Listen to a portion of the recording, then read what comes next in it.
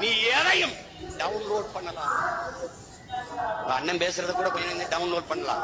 அதை டவுன்லோட் பண்ணு, இதை டவுன்லோட் பண்ணு. எங்கடா 1 லிட்டர் தண்ணீரை ஒரு சோறையும் கொஞ்சம் டவுன்லோட் பண்றா பாப்போம். பண்றா பாப்போம்.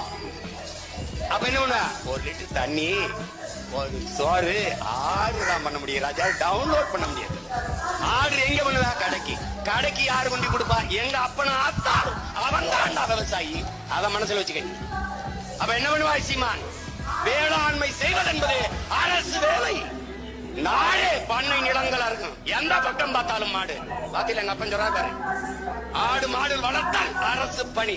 ஆடு மாடு அது மொபைல் பேங்க், நடமாடும் வங்கிடா.